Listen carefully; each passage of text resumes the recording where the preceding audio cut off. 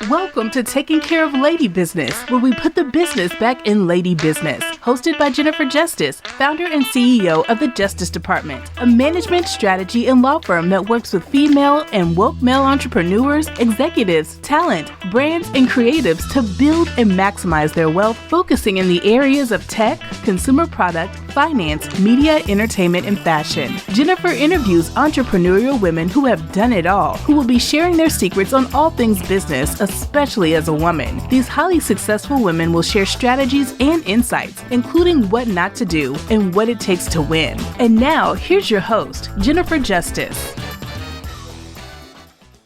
Hi, everyone. Welcome to this episode of Taking Care of Lady Business. I'm Jennifer Justice. Today, we have Dr. Noor Ali. She is a medical doctor turned healthcare expert.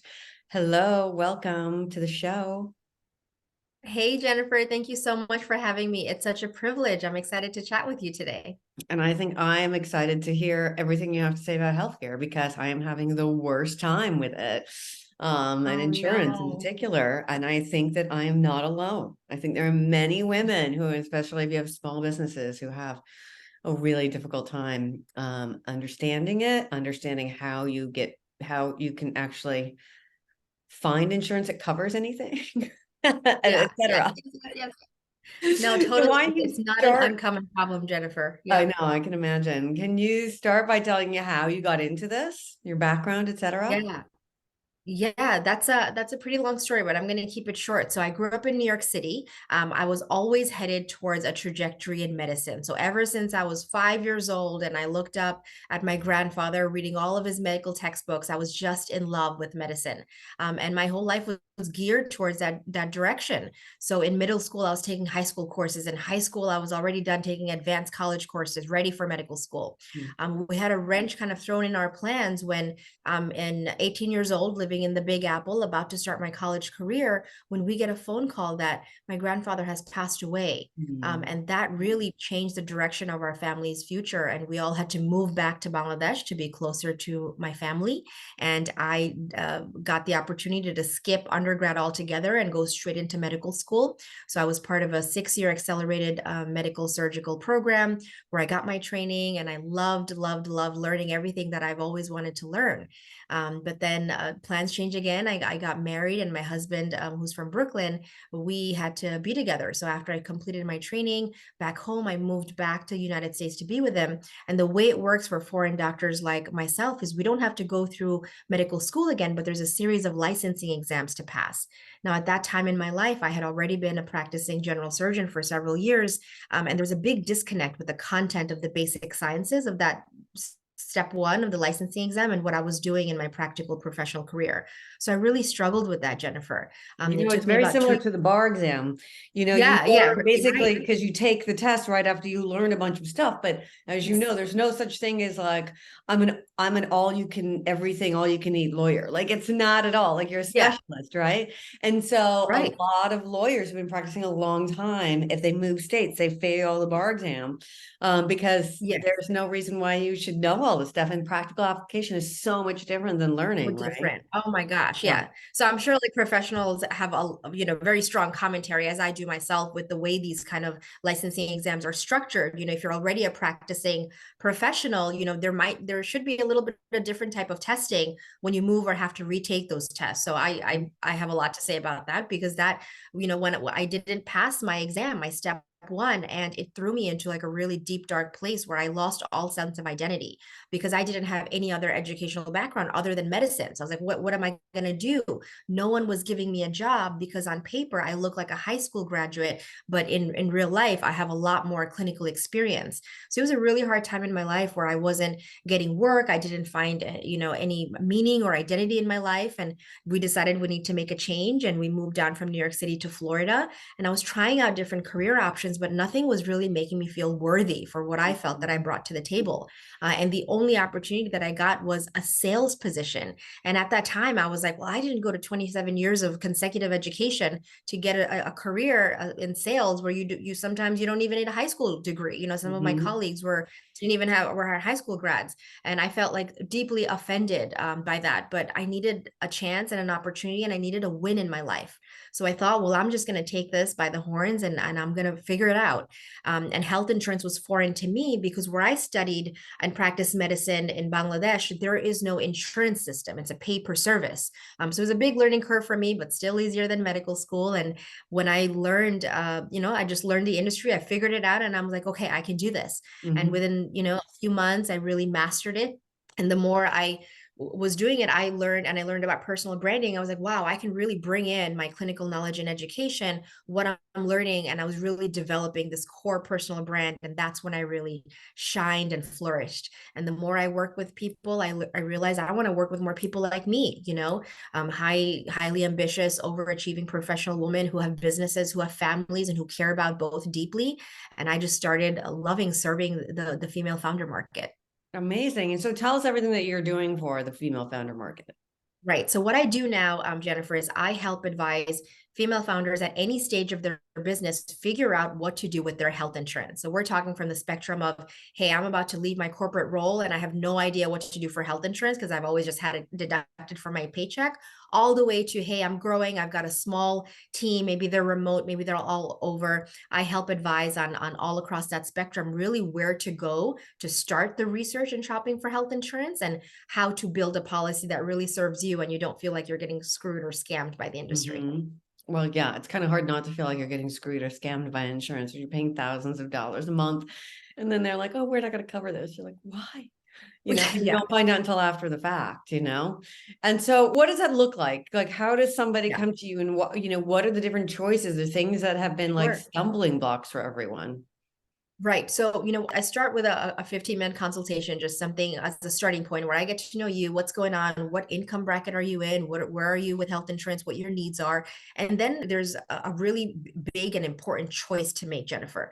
So every time someone comes to me, the first decision we have to make is, are we going to shop on the public market or the private market? Because these are two completely dichotomous worlds in the health insurance industry that have little to no overlap. So a little bit of summary and pros and cons of each. So the public healthcare market, also known as Obamacare, ACA, healthcare.gov, accessible to everyone in the 1099 community. But really, the only people who I suggest get a plan on that is if you're very low income or you're chronically ill.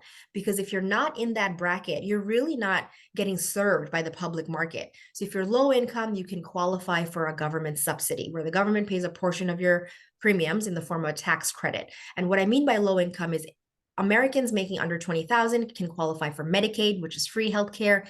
Anything between 20 to 50,000 for a household size of one, you can qualify for a subsidy. But if you're making over $50,000, you're not getting any assistance from anyone. So now you're paying the full premium prices because the insurance companies on this platform are taking on so much risk in order for them to remain profitable. You have high deductibles, which a young, healthy family like yourself is probably never going to meet. And then lastly, the networks are quite limiting to managed care or HMO type networks. So not a great fit if you're a high income earner and generally healthy and don't use your health insurance, every other month. That's when the private market is going to be a better fit to do that research. And then how do you find that in a private market? Sure. Private market is a beast in its own because now you have all of these hundreds of private companies offering thousands of different plans. It's hard to know what's right for you.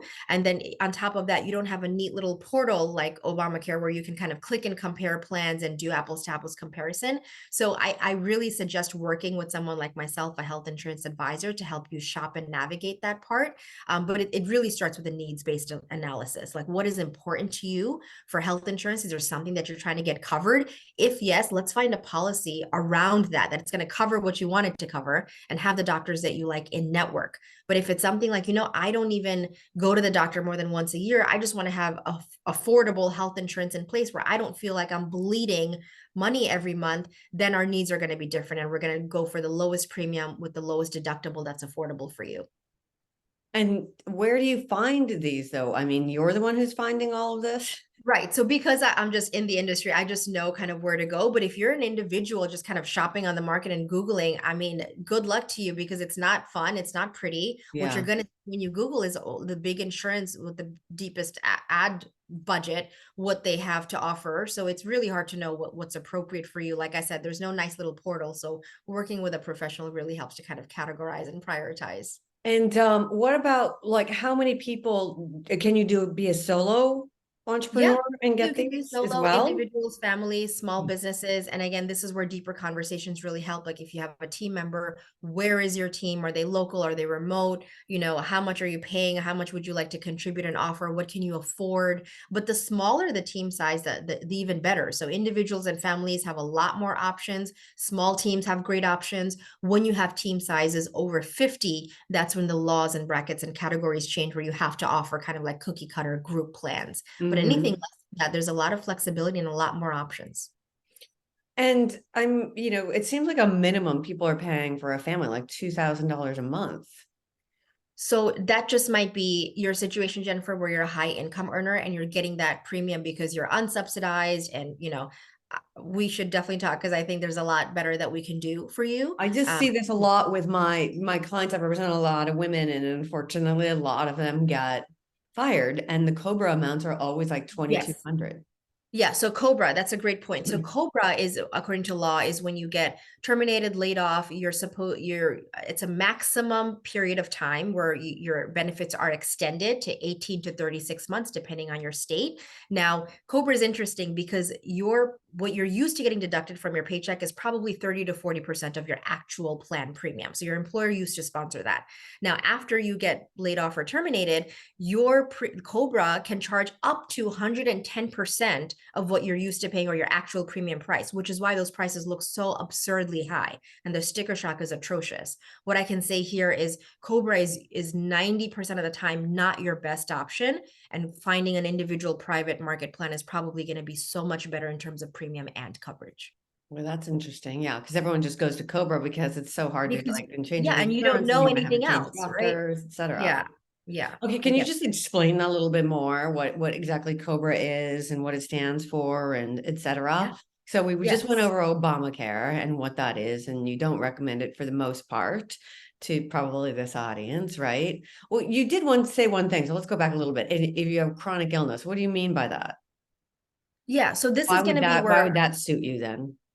Right. So Obamacare has a clause where pre-existing doesn't matter. So you can be sick or healthy, it doesn't matter. It's a guaranteed issue policy. No one's going to ask about your medical history and you can get a policy. Now, if you're chronically ill and let's say you're diabetic, heart disease, history of cancer, and you need expensive medical care, which may include injectables, chemotherapy, radiation, Obamacare is going to be good because they're going to cover all of that for you according to your policy. So it's hard to say. You can get a good doctor though, right?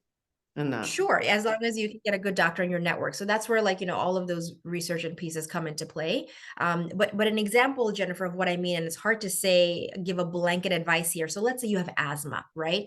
An asthmatic who occasionally takes a rescue inhaler, during periods of need versus someone who is overweight, is a smoker, a chronic smoker, and has asthma and is running to the emergency room to get nebulized every quarter is a very different risk picture, right? So it's hard for me to blanket advice, but that's what I mean. It really depends on your medical need and on where you should go.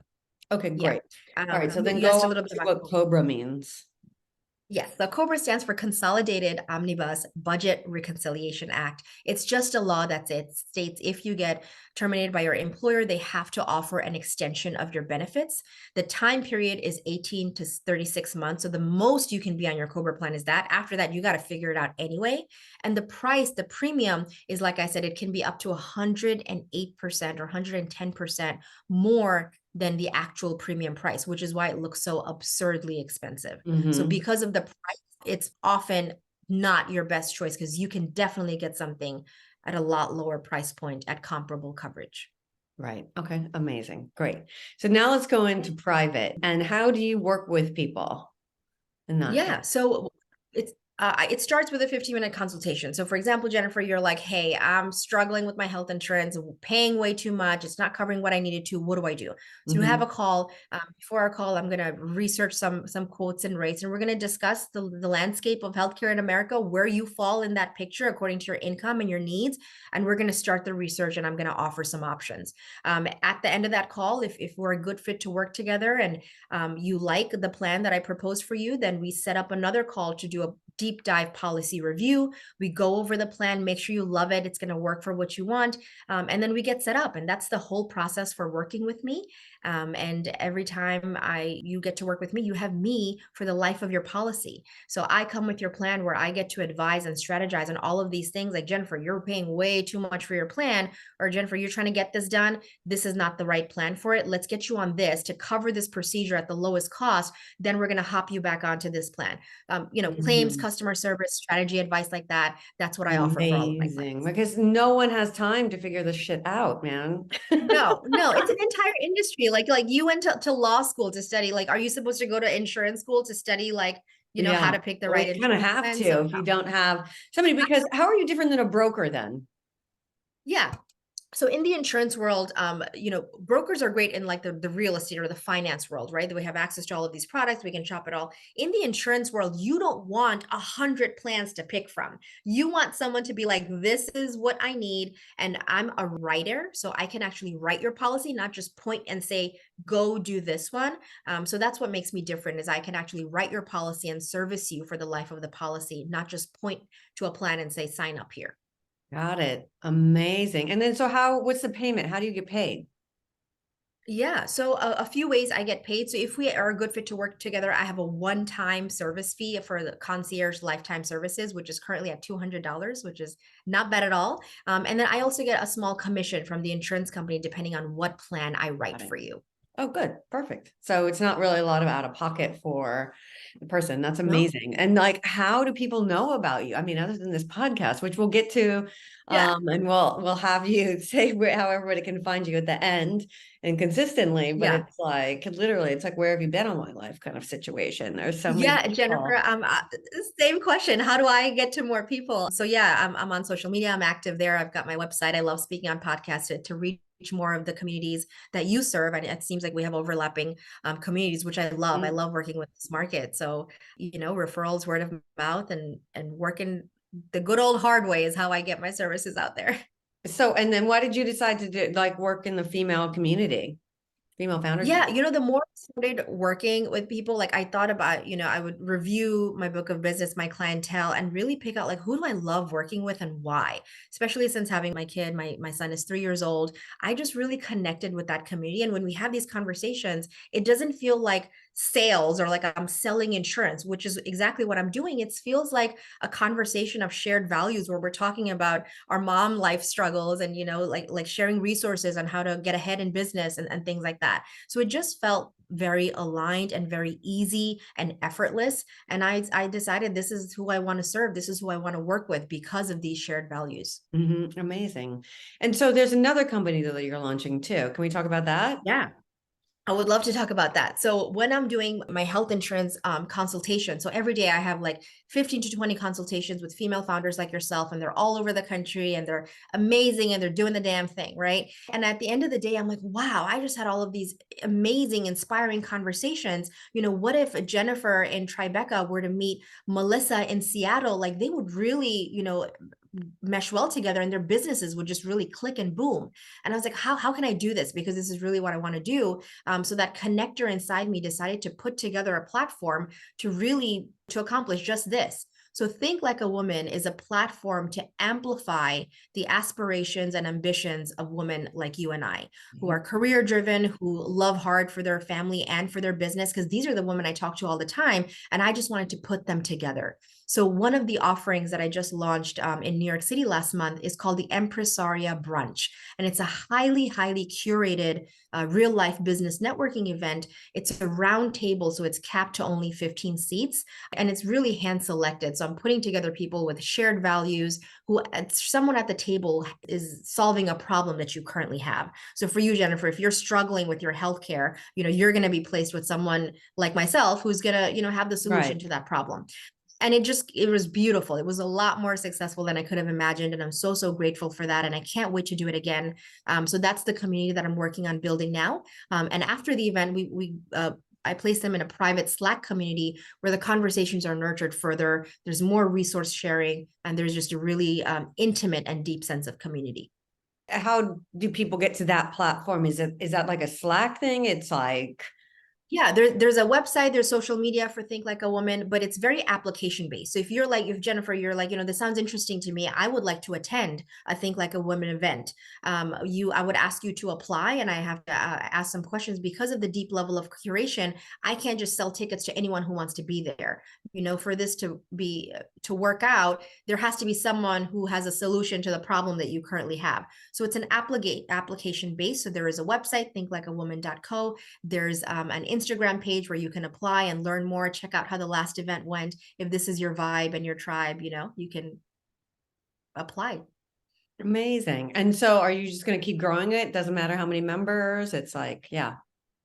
Yeah. So the community, the events itself are never going to be more than 15, because then the magic of it disappears, right? But there's going to be more frequency of the events. There's themed, events. So for example, the last theme, real estate, was a big theme. So there's real estate investors, there's architects, there's people who are, foreign investors who are interested in first-time home buyers. So there's going to be themes because there's shared values, right, in every event. But there's going to be a higher frequency of it. I'm also open to sponsorships for that. There's a few other offerings down the line for Think Like a Woman, but for right now, I'm really just focused on building these really small and deep. It's not going to go this way; it's going to go deeper. So the Slack communities will never be bigger than the woman that you dined with, because then that dilutes the energy. So it's going to be more of them, but not bigger. And do you have access in that Slack group to everyone as well? Not just the person that was... Only the people that you dined with. Okay, only the people that you dined with. Yeah, that one particular time. And how does it work? How do you find out about people or invite them? Yeah. So I pull from my community of clientele for my health insurance consulting practice, which I've been doing for 5 years. And then people at the event, there's just word of mouth as well. They understand the vibe of this, and they think of, oh, this person would be a great fit. So they apply and curate events accordingly. And what other kind of themes are you thinking of doing? So people are listening. It's really gonna depend on like who's at the table, right? So if there's a law or legal theme, there might be legal professionals, there might be entertainment professionals. It really depends on what the need of the women are, So it just depends on the need, and I curate a table accordingly. And so mostly in New York City that's happening right now? It's all over. So the first one launched in New York City. It was my hometown. I had something to prove for myself that I'm coming back here, accomplishing something big. So that gave me a great sense of accomplishment. Half of the guests were also in New York, but they flew in from California, Seattle, all over the country. The next one is going to be in Miami. And these aren't random cities. It's also like a matter of a creative container, right? So what city do you feel like you can be yourself, but then be so much more? So it's not a random selection. There's a lot of thought that goes into selecting the cities, but it is going to be all over the country. Amazing. That's awesome. Thank you. Look, I got to let you go. Obviously, you got to go do your thing. But at the same time, there's one question that I always ask everyone before the end of the podcast. And that is, what is the worst advice you've ever received? Yes, I love that question. I did think about this, Jennifer. The worst thing. Good for you. I ever received was, you cannot have your cake and eat it too. And it just makes me so mad, because I disagree. And I definitely think you can. And in fact, I created a whole company around that principle, that as women, if a career and a family is important to you, and it is to me, why do I have to choose? In fact, I have both. And even if I have both, and I can be incredibly, incredibly grateful for how far I've come, coming from nothing, being an immigrant, 1-bedroom apartment, classic story in New York City, to everything that I have now. And I still want more. And I don't want to feel ashamed for having more. I want to be part of a community that celebrates my ambition for wanting more. And so I created that community with other women who feel the same way, who have come from nothing, have built so much, but still achieve for more. So I get very angry if I hear that you can't have your cake and eat it too. I'm like, well, I can, I did, I will, and I'm going to have more cake, and you should too. And that's my response to that. Like, well, why can't for everyone? Yeah.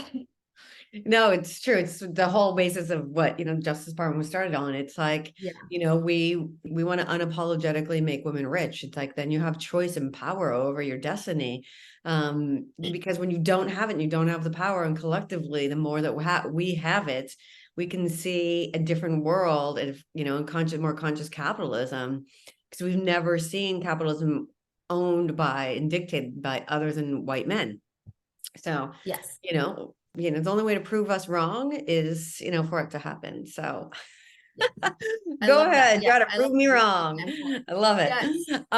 Okay. So I know that there's going to be a lot of listeners that want all this information. So first, the healthcare expert, Yes. services. How do people find you and get in touch with you there? Fantastic. So for health insurance, if you've got a question for health insurance, I am the person to talk to. I offer free 15-minute consultations. I think prices are going up later this year to like $12. So it all starts with that 15-minute consultation. You can find that on my website, drnoorhealth.com, drnoorhealth.com. I'm also very active on social media. Instagram and LinkedIn are my favorite places to be. So you can always catch me on my story. So follow me on Instagram. So let's start with that conversation. I'm going to talk to you, find out your situation, and make a recommendation based on everything that I know for health insurance and what's going to put you in the best spot. Right. And just to recap, it's for individuals, families, and companies, right? All of it. Correct. Amazing. Yeah. Because so many people silo. It's like, I don't really do it for X, Y, Z, you know what I mean? So it's great to know that you're out there, your services are out there. It's, game changing. And then for the other company. It's Think Like a Woman. So website is thinklikeawoman.co. You can learn more about the brunch series if this is something that you'd like to be a part of. It's application based. So fill out an application so I understand who you are, what your need is, and I can curate a table around that. A few things down the line for Think Like a Woman are a lifestyle shop of merchandise. We've got a paid Slack channel, which is going to be a bigger community. I think that's similar to what you're asking. We've got creative co-working in Tampa Bay, which is where I am. So those are all working down the line. If you're interested in sponsoring this event, because there are very high net worth, highly influential women at this table, there's sponsorships available as well. That you can find on Instagram at think.likeawoman to see what happened at the last event, what's going on for the next event, and all the cool fun things. Amazing. Thank you so much. This was so informative, and I know extremely useful for me as well as many other women that are listening. Thank you so much for joining. Thank you everyone for listening to this episode of Taking Care of Lady Business. Until next time, I'm Jennifer Justice.